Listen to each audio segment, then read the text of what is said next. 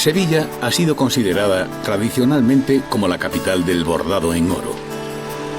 El bordado es el arte de ornamentar los tejidos con hebras textiles a las que se pueden añadir elementos metálicos o minerales. De origen oriental muy remoto, fue introducido en España por la cultura ibera.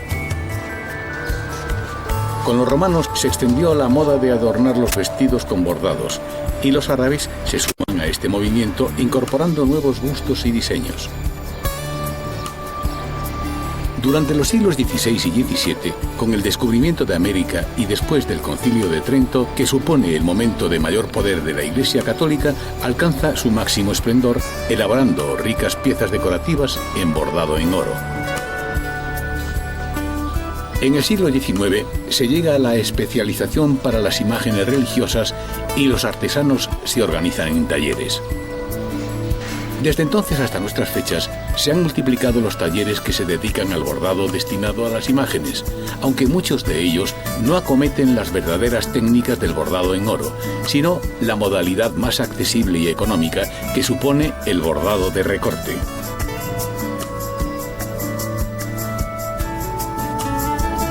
Entre los talleres que mantienen las técnicas tradicionales inalterables se encuentra el que dirige José Manuel Elena Martín. Fundado en 1917, es el lugar del que han salido verdaderas obras de arte debidas a las manos de Esperanza Elena Caro. Durante muchísimo tiempo, fundamentalmente a partir del siglo XV, XVI, XVII, el bordado adquirió en Sevilla una grandiosidad impresionante, hasta tal punto que se puede dar como anécdota que el gremio de bordadores de Sevilla era el gremio más importante que ha existido en esos siglos. Incluso de él dependían bastantes otros, como eran los de los bateadores, los tiradores de oro, o sea, otros muchos gremios estaban prácticamente vinculados al gremio de bordadores. Tenían además una perfecta organización con un maestro. Los maestros veedores, se hacía un examen muy exhaustivo a aquellos que querían obtener el título de maestro, y quizás eso sea un poquito inducido porque en Sevilla en ese tiempo, y a partir del siglo XV, cogen gran auge en las cofradías, que son quizás precisamente el motor que ha mantenido no solamente la artesanía del bordado, sino incluso la orfebrería, la talla y otras muchas que todavía subsisten. De todas las que existen, como he dicho antes, el bordado quizás sea la más pura. Evidentemente que hay un cierto contraste que de lo que se hace ahora a lo que se hacía en épocas pasadas, donde ni el tiempo, ni el dinero, ni los materiales, digamos, tenían ni el coste, ni lógicamente las limitaciones que tiene hoy. Por supuesto, se mantiene quizás con la misma calidad y con las mismas formas de entonces. Lo que sí es cierto que no ha evolucionado es la técnica, o sea, no se ha introducido nada nuevo, es una artesanía totalmente pura y así sigue hasta el tiempo actual. En los primeros momentos, los relativos al diseño de la pieza a bordar, hay que tener en cuenta la morfología de la pieza en cuestión, puesto que no es el mismo tratamiento el que se da a un techo de palio, a una virgen, a una insignia o a un aplique. Es el propio gusto del maestro el que imprime el sello particular a la obra. Bueno, pues normalmente cuando hay que desarrollar una pieza de bordado, una pieza bordada, lo primero que hay que hacer es ejecutar un boceto, un proyecto. Este proyecto se suele hacer siempre a tamaño pequeño, a escala, y es sobre el que se estudia la forma de hacerlo, cómo, incluso el coste económico, el presupuesto, en fin, todos los pormenores que conlleva la preparación de un trabajo de este tipo. Una vez que se tiene el proyecto, normalmente para una sola pieza se suelen hacer a lo mejor un par de ellos que se presentan al cliente, normalmente hermandades de penitencia de Sevilla o de fuera de Sevilla. Entonces, una vez que se han hecho 2 o 3, se presentan y se aprueba uno. Automáticamente empieza, digamos, lo que es el proceso propiamente dicho de realización del trabajo. Para ello lo primero que hay que hacer es hacer el dibujo de la pieza que sea a tamaño natural.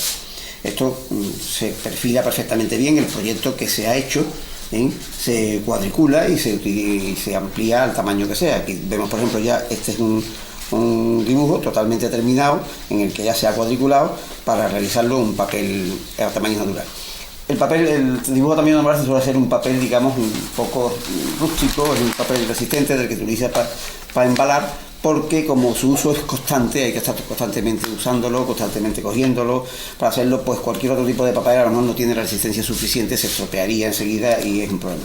Entonces se utiliza este papel, un papel de emborde, en el cual, como veis, este es exactamente el dibujo que tenemos nosotros aquí, se ha cuadriculado y se ha pasado ya al tamaño natural. Esto es el proceso inicial de lo que es el trabajo del bordado. Inmediatamente después lo que hay que hacer es ya sacar todas las piezas sobre papel vegetal, ¿sí?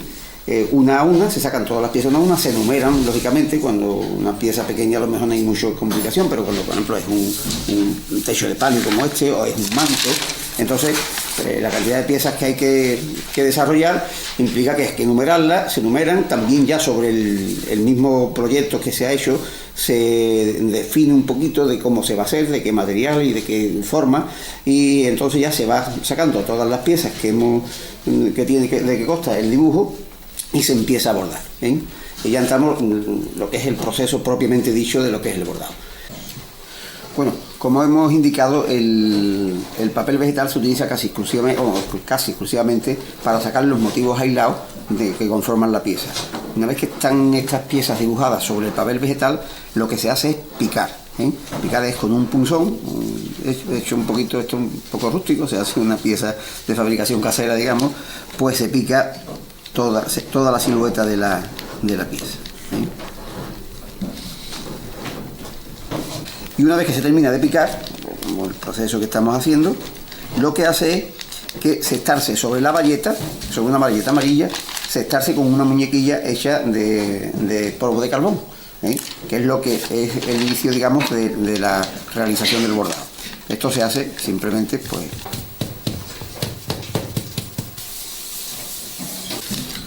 generalmente las piezas van a parejas, a lo mejor hay algunas que hay que hacer varias parejas, 6 u 8 piezas, dependiendo, por ejemplo, del tipo de trabajo que sea. En unas bambalinas de palio, por ejemplo, que suelen ser normalmente simétricas, pues a lo mejor hay que hacer hasta 24, hasta 12, entonces se van a estar haciendo todas, ¿eh?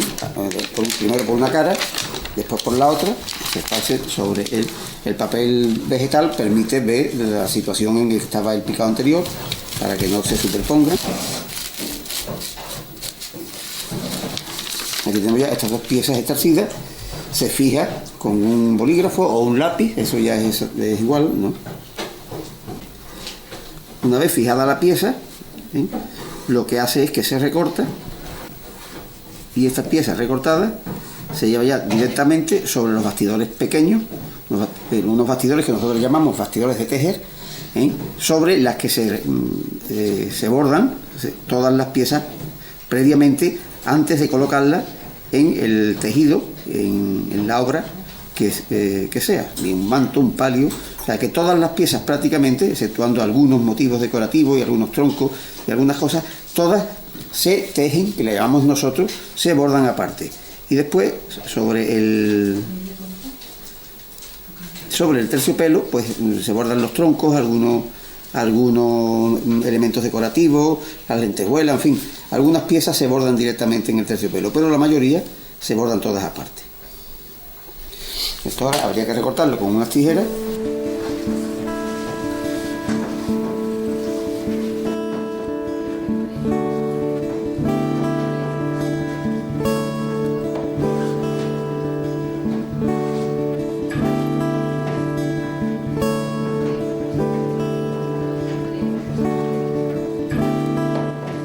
Simultánea a esta tarea de confeccionar el diseño, las bordadoras preparan el bastidor, con el hilo bien encerado para que no se quiebre con el roce.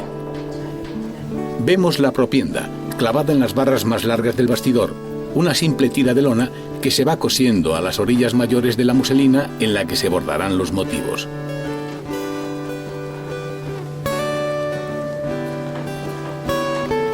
Se sigue montando el bastidor por las barras más cortas o varetas, introduciéndolas por los orificios de las barras largas.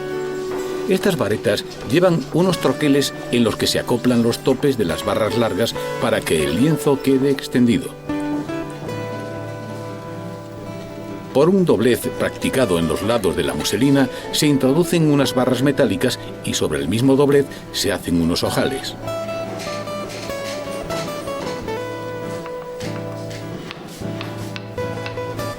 que por medio de una cuerda se abrazan a las varetas o barras cortas, evitando con las barras metálicas que los ojales terminen por rajarse debido a la presión continua de las cuerdas. Finalmente, con una cadena y una tabla de madera, atirantan el bastidor trabándolo con un clavo grueso. Esta operación se repite en los 4 extremos, consiguiendo la tirantez del lienzo. Ahora hay que fijar en él los motivos a bordar. Con la muñequilla se espolvorea el carbón hasta que queda dibujado en la muselina, gracias al picado realizado anteriormente.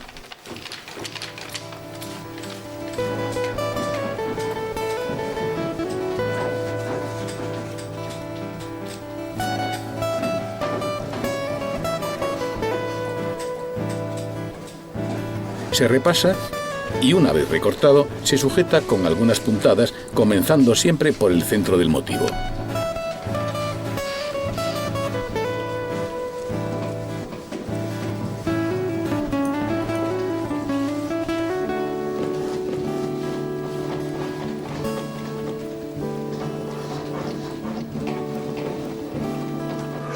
En los casos que así lo requiera y antes de coserlo sobre el lienzo, se añade por el reverso del motivo el relleno que se precise.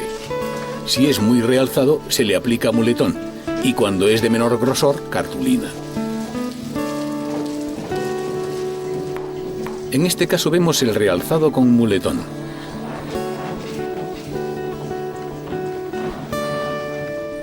Y en este otro vemos a la bordadora que recorta el motivo señalado con una referencia y lo cose sobre una plantilla del mismo tamaño que lo realzará un poco menos que los cosidos con muletón.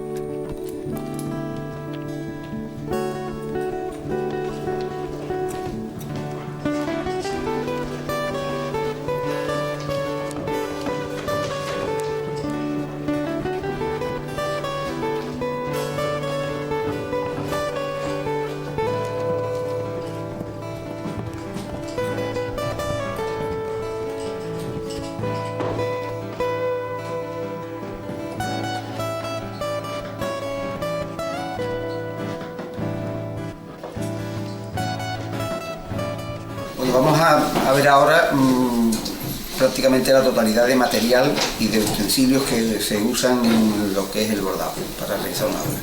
Vamos a fijarnos primero en el tema de los materiales. Básicamente lo que se utiliza para bordar es un hilo, un laminado de plata fina. La plata suele ser una plata de 990 o 994 milésimas y está dorado con oro de 24 quilates, con el oro bastante duro. Entonces, hay varias categorías de oro. Las primeras son las que nosotros llamamos lisos, entre los cuales está la muestra, está la camaraña de cordón, el liso propiamente dicho, que es lo que utiliza es un más fino que lo que es la muestra, que se utiliza para tejer, para hacer piezas sobre la bayeta, y el liso, o lo que nosotros también llamamos oro de cartulina, que es para hacer la cartulina. Son generalmente hilos más finos.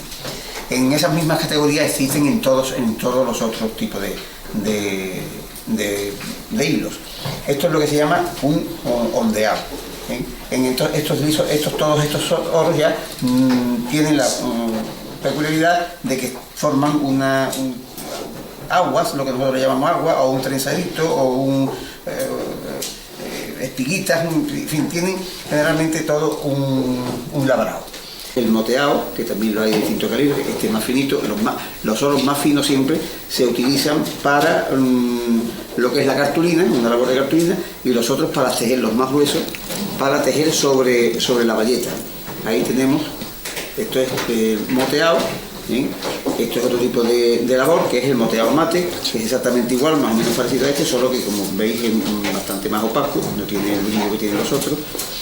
También con estos torsales se suelen hacer hilos de adorno, como es esto, que es lo que se llama un calabrote, que es un trenzado hecho con los propios torsales.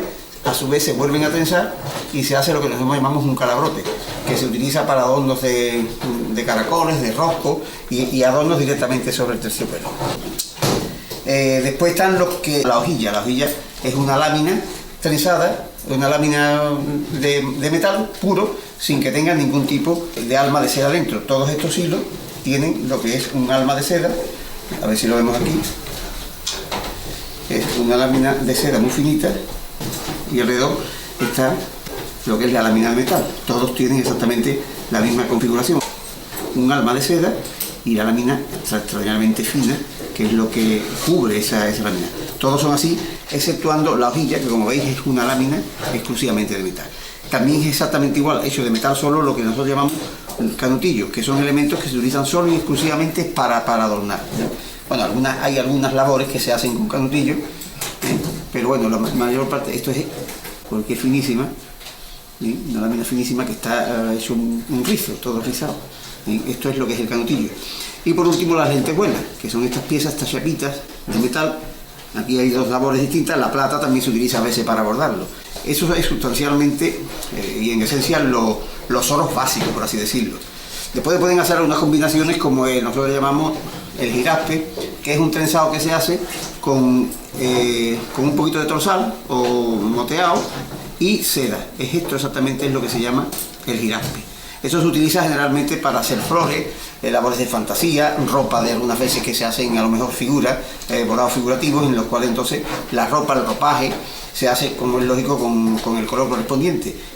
Después, para fijar las puntadas, para bordar, lo mismo para tejer, que para después fijarlos en el terciopelo o en la tela sobre la que se vaya a colocar la pieza, están los hilos. Estos son hilos de algodón. Hoy día son, lógicamente, tienen una parte importante de fibra y son de dos calibres. Esto es la bobina, que es más finito, y el cono, que es un hilo más resistente, de mayor calibre, que se utiliza para sujetar o para hacer algunas labores en las cuales, por ejemplo, la hojilla, hay quien la utiliza normalmente porque es más resistente, porque la hojilla suele cortar una lámina de metal, entonces suele cortar algunas veces el hilo, con lo cual se utiliza que es un poquito más grueso. El oro, para poder usarlo, se lía, como ustedes ven aquí, sobre este instrumento que se llama una broca. Esto está aquí.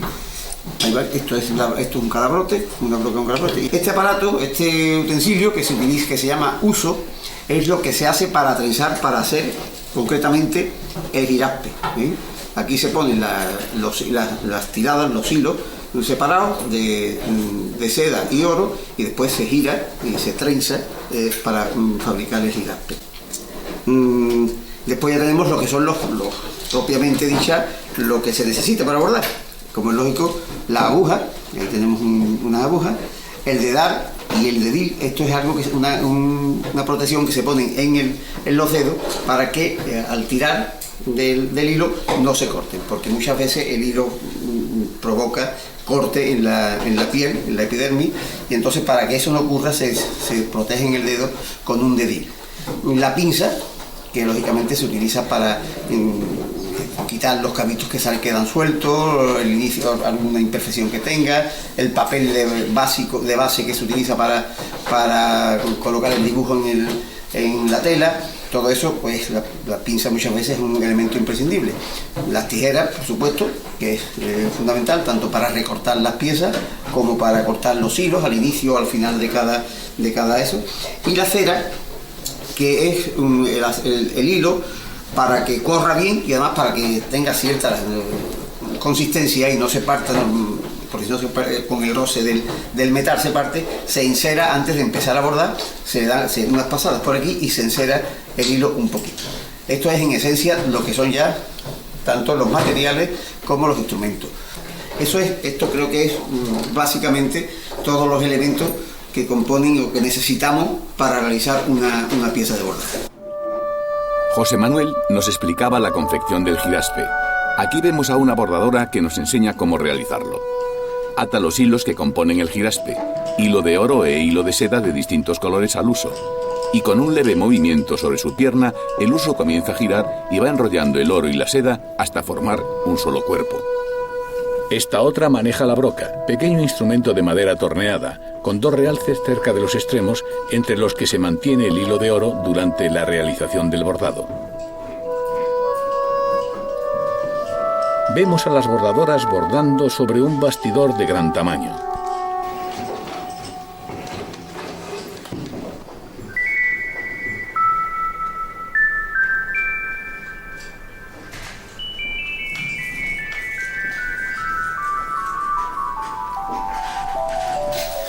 Esto es una pieza que es una jarra, es un motivo sobre el cual va un ramo de flores, un ramo floral. Lleva un soporte que está hecho de hojillas, de un cetillo de hojillas. Este cetillo está también, como la muestra armada, lleva un arma interior de hilo de algodón. La base de la jarra, que es precisamente un ladrillo también de torsal, y la jarra, que es una labor hecha en listas de hojillas, estas 6 listas de hojillas, muestra armada. Como veis, todo esto de fondo es muestra armada, y el remate, que lo conforma otro listado de hojillas, y la parte de la boca, que es un cetillo con un bodoque de moteado, y el fondito, que se ha iluminado, como veis, con seda de color. Es otra forma de utilizar la seda. Está perfilado, está orlado por abajo del cordón y por arriba de lentejuela. La barra superior es una barra de cartulina de torsal concretamente. Este es el conjunto de esta pieza.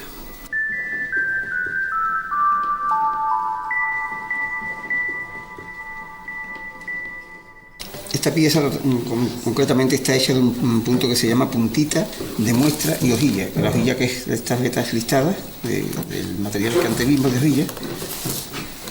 Esta otra es una cartulina, o sea, está bordada no sobre la bayeta, sino sobre una cartulina, como antes vimos, que es de torsal, es listada de torsal y liso. Estas vetas, unas vetitas de liso que se le pone con objeto de ordenarlo un poquito. Esto es un fondo de cetillo, es un arco hecho con un cetillo de torsal concretamente. Está perfilado con una labor de lentejuela de pespunte, y esto es una sombra, le llamamos nosotros una sombra, que normalmente se hace o con torsal o muestra, pero siempre con la puntada marrón. Normalmente es de cetillo también, suele ser cetillo. Los troncos, tanto este como este, son de media onda de torsal, ambos. Esta otra pieza es una pieza un poco de fantasía, de las muchas que se hacen, no tienen un punto concreto, sino que es una mezcla de varias labores. Esto tiene lo que es un fondo hecho de torsal, de cetillo, y en el centro una cartulina que es de liso. Esta cartulina, como veis, se ha perfilado de un jiraspe de color, y es el entronque de este ramo que viene a continuación. Cierra un arco hecho también de cetillo con lentejuela de pespunte, como el anterior que vimos, y ahora toda esta parte del ramo está formado por piezas de cartulina, de torsal concretamente. Esto es briscado, el tronco de la hoja, que es de moteado. Aquí hay 2 cartulinas de moteado, una cartulina de torsal, y la última cartulina, que es la que soporta la flor del remate del ramo, que es concretamente de liso, de hilo liso. Todas las sombras, todos los fondos o las vueltas de las hojas son de torsal, están hechas de torsal. Como veis aquí, en los arranques, en las vueltas, se le ha sombreado con un poco para darle la sensación de profundidad, se le ha sombreado con un hilo de seda de color marrón. Este punto que tenemos aquí, en esta jarrita, es lo que se llama muestra armada, que es lo que se hace es que la figura que se representa en la pieza se señala concretamente con cartulina catalana que antes vimos, y entonces se pasa el hilo por delante y queda perfectamente reflejada la forma, el dibujo que queramos darle a la pieza. Esta pieza concretamente está hecha del punto que se llama ladrillo. La pasada del oro se coge como mínimo 2 veces consecutivas con el hilo, formando que se puede hacer de 2 pasadas, de 3 pasadas, y se cambia a la tercera. La siguiente puntada se pone en el centro de las 2 anteriores. Esta pieza está hecha de un punto que se llama media onda. La media onda es la sujeción, la puntada se va elevando en cada pasada, así en una dirección concreta, y después se cambia en determinados puntos. En concreto aquí tiene 8 cambios que están en los picos de las hojas, aquí, y en los hendidos, aquí, ahí, aquí y aquí. Esto es concretamente la media onda. El material con que se ha hecho es torsal. Aquí tenemos varias piezas. Esta concretamente es una pieza hecha de cetillo de hojilla, perfilada con una sombra de torsal con la puntita marrón. Esto es una puntita chata, es exactamente igual que la puntita de muestra y hojilla que vimos antes, pero en la cual el cierre de la media onda se hace con un ladrillo. que normalmente suele ser de otro material. Aquí se ha utilizado concretamente la muestra y el torsal para el ladrillo. La principal característica del bordado con hilo de oro o plata es que este no atraviesa nunca el tejido, permanece extendido sobre la superficie enrollado en la broca. Pequeñas puntadas de hilo amarillo son las que lo van fijando.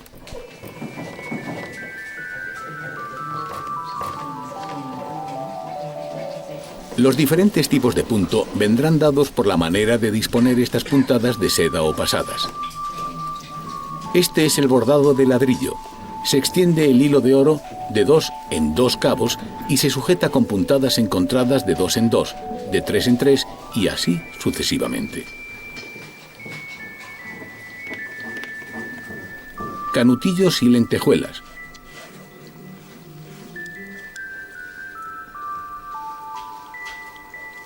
Usados, como vemos aquí, básicamente para adornar.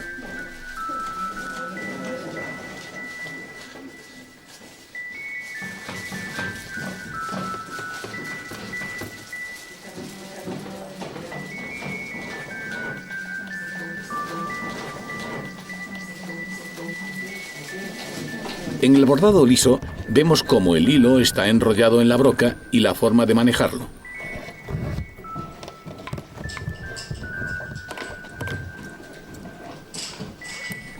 Y en el bordado de hojilla se aprecia que más que un hilo es una laminilla de oro, usada tanto para bordar como para perfilar. Vemos cómo el hilo amarillo abraza a la hojilla.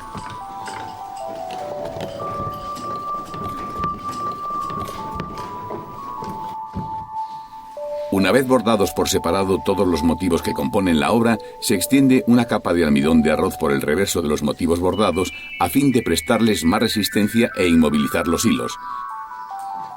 A continuación, puede ya recortarse cada motivo con sumo cuidado.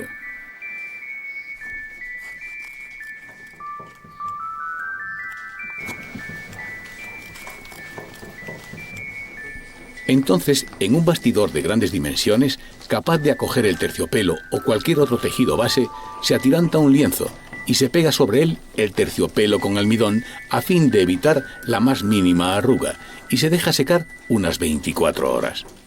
Entonces se superpone una fotocopia del diseño original y se colocan los motivos bordados en su lugar correspondiente y se sujetan con algunas puntadas. Una vez fijados los motivos, se perfilan los contornos y se recortan para eliminar el papel sobrante. Poco a poco, se va llegando hasta los extremos del bastidor con los motivos bordados, colocándolos en su lugar correspondiente.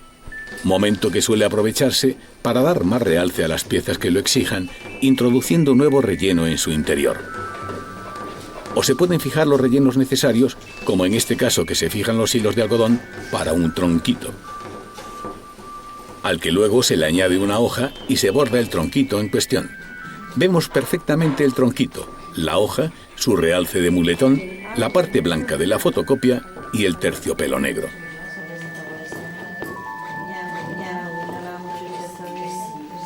También se pueden recortar aros de fieltro para realzar detalles del diseño que luego se fijan en el bastidor con algunas puntadas.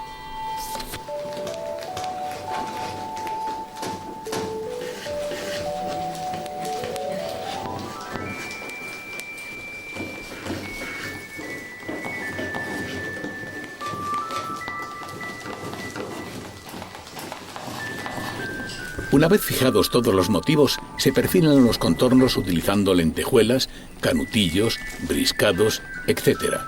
Y se añaden detalles como ramitas, tronquitos y otros que constituyen el realce decorativo de algunos motivos o la unión de varios de ellos entre sí.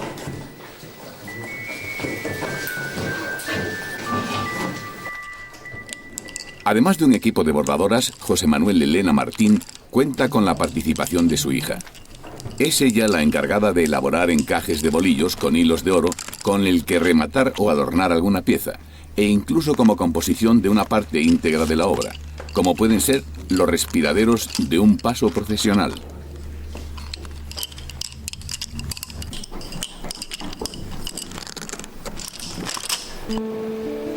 Estas obras tienen un proceso de restauración laborioso. Con el paso del tiempo se produce el deterioro del tejido que sustenta los bordados, los desprendimientos de hilos y pérdidas de lentejuelas, piedras u otros adornos. Cuando hay que restaurar el bordado manteniendo el mismo diseño, la técnica es la inversa, es decir, se pasa el dibujo de la tela al papel. Se descosen los bordados y se procede a su limpieza. Los motivos estropeados se sanean introduciéndoles nuevos hilos, colocando todo lo que exija su total restauración. Los que resulten insalvables se bordan de nuevo. Luego todos envejecen artificialmente. Y en un bastidor con el nuevo tejido, se aplica cada motivo en su lugar, siguiendo el mismo procedimiento que en las obras de nueva creación. Bueno, la familia tiene en realidad ya una larga tradición artesanal. Concretamente mi hija, que ha estudiado Bellas Artes, está haciendo restauración de tejido y posiblemente sea la sucesora, es ya la cuarta generación que se dedica a la artesanía del bordado. El taller lo empezó una tía abuela mía, que se llamaba Victoria Caro, y que fue discípula de las hermanas Antunes, y además prácticamente coetáneo con Juan Manuel, que se conocieron precisamente cuando estaban en el taller de las hermanas Antunes. Ella aproximadamente sobre el año 12 empezó a bordar por su cuenta, primero haciéndole trabajo a las mismas bordadoras que hemos mencionado, al propio Juan Manuel, al que le hizo algunas piezas, y ya sobre el año 18, en unión de su hermano José Caro, que entonces regentaba una librería muy famosa de aquí de Sevilla, pues pusieron el taller, crearon la empresa que entonces se llamó Bordado de José Caro. Aproximadamente sobre el año 29 se incorpora al taller mi tía Esperanza, que entonces era muy joven, tenía unos 17 años y que comportaba la segunda generación del taller. Mi tía Esperanza, su padre se llamaba Manuel Elena, y que entonces inicia la etapa del taller de mi tía Esperanza Elena Cardoso, con el que se ha conocido durante mucho tiempo. Al morir mi tío Pepe, su tío Pepe, en el año 36 aproximadamente, ya se incorpora también mi padre y forman, digamos, otra pareja, de mi tía Esperanza y mi padre, inician la andadura del taller a lo largo de toda la década de los 40 y los 50 hasta los 60, en el que fallece mi padre Manolo, y entonces me incorporo yo al taller. Ya represento, digamos, la tercera generación.